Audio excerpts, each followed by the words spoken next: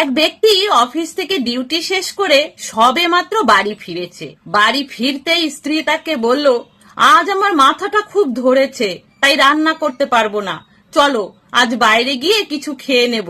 ওই ব্যক্তি খুবই ক্লান্ত ছিলেন। এদিকে স্ত্রীকে না বলে স্ত্রীকে কিছুতেই তিনি চটাতে চাইছিলেন না, তাই তিনি ভালোভাবে স্ত্রীকে বললেন, যাও রেডি হয়ে নাও। স্ত্রী তখন বলল, আজ কিন্তু আমরা কোনো বড় হোটেলে ডিনার করব।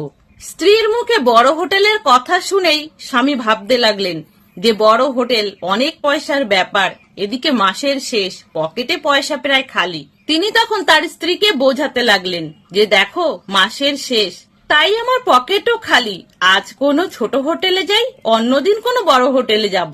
কিন্তু তার স্ত্রী মানার পাত্রী নয়, সে জেদ করতে লাগলো আজ সে কোনো বড় হোটেলেই খাবে। ওই ব্যক্তি মন থেকে তো রাজি হলো না, কিন্তু স্ত্রীকে খুশি করানোর জন্য আর সংসারে যাতে কোনো ঝামেলা না হয় তার জন্য সে রাজি হয়ে গেল। এরপর রাস্তায় যেতে যেতে ওই ব্যক্তি একটা বুদ্ধি বার করলো। তখন সে তার স্ত্রীকে বলল, জানো তো ছোটবেলায় আমি আর আমার বোন যখন ফুচকা খাওয়ার প্রতিযোগিতা করতাম সব সময় আমি জিততাম, আমার বোন হেরে যেত। আমার সাথে ফুচকা খাওয়ায় কেউ পারে না। আজ পর্যন্ত এই ফুচকা খাওয়ার প্রতিযোগিতায় আমাকে কেউ হারাতে পারেনি। এটা শুনে স্ত্রী তখন বলল, তা তুমি কটা ফুচকা খেতে পারো? স্বামী বলল, তা প্রায় 40টা ফুচকা তো খেয়েই নিতে পারি। স্ত্রী তখন বলল, মাত্র 40টা? এটা এমন কি আর বড় ব্যাপার, আমি তো তার থেকে বেশি ফুচকা খেতে পারি। স্বামী বলল, তুমি যতই ফুচকা খাও না কেন, ফুচকা খাওয়ার প্রতিযোগিতায় আমাকে তুমি হারাতে পারবে না, চ্যালেঞ্জ রইল।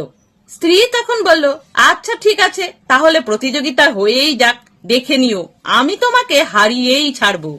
তখন তারা রাস্তার পাশে এক ফুচকা স্টলে যায় এবং দুজনে ফুচকা খেতে শুরু করে। ওই ব্যক্তি ইচ্ছা না থাকলেও ঠেসে ঠুসে 30টা ফুচকা খেয়ে বলল, ব্যাস অনেক হয়েছে, আর পারবো না।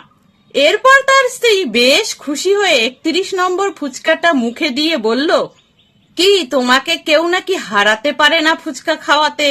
দেখলে আজকের প্রতিযোগিতায় আমি তোমাকে হারিয়ে দিয়েছি একটা ফুচকা বেশি খেয়ে। ওই ব্যক্তি তখন হাসি মুখে বললেন, হ্যাঁ তুমি জিতে গিয়েছো আর আমি হেরে গিয়েছি, এবার চলো কোনো বড় হোটেলে যাই ডিনার করতে। স্ত্রী বলল, না না, এত ফুচকা খাওয়ার পরে আর কি কোনো বড় হোটেলে গিয়ে কিছু খাওয়া যাবে? আমার পেট ভরে গেছে, হোটেলে না হয় অন্য কোনো দিন যাব, চলো আজ বাড়ি ফিরে যাই। স্বামী তখন বলল, আরে না না, সে কি, তুমি কত আবদার করলে বড় হোটেলে খাবে, আর আমি তোমাকে না খাইয়েই কি বাড়ি ফিরিয়ে নিয়ে যেতে পারি? সেটা হবে না, চলো আজই যাই কোনো বড় হোটেলে। কিন্তু স্ত্রী নারাজ, সে কোনোভাবেই আজ কোনো বড় হোটেলে যেতে রাজি নয়।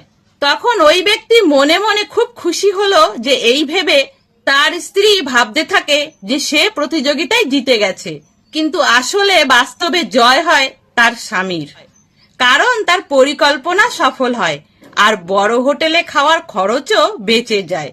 বুদ্ধিতে বুদ্ধিমান স্বামীকে হারানো মুশকিলই নয়, অসম্ভব। তাহলে বন্ধুরা, এই ছিল আজকের একটা ছোট্ট মজার গল্প। কেমন লাগলো তোমাদের অবশ্যই জানিও। সকলে ভালো থেকো, সুস্থ থেকো।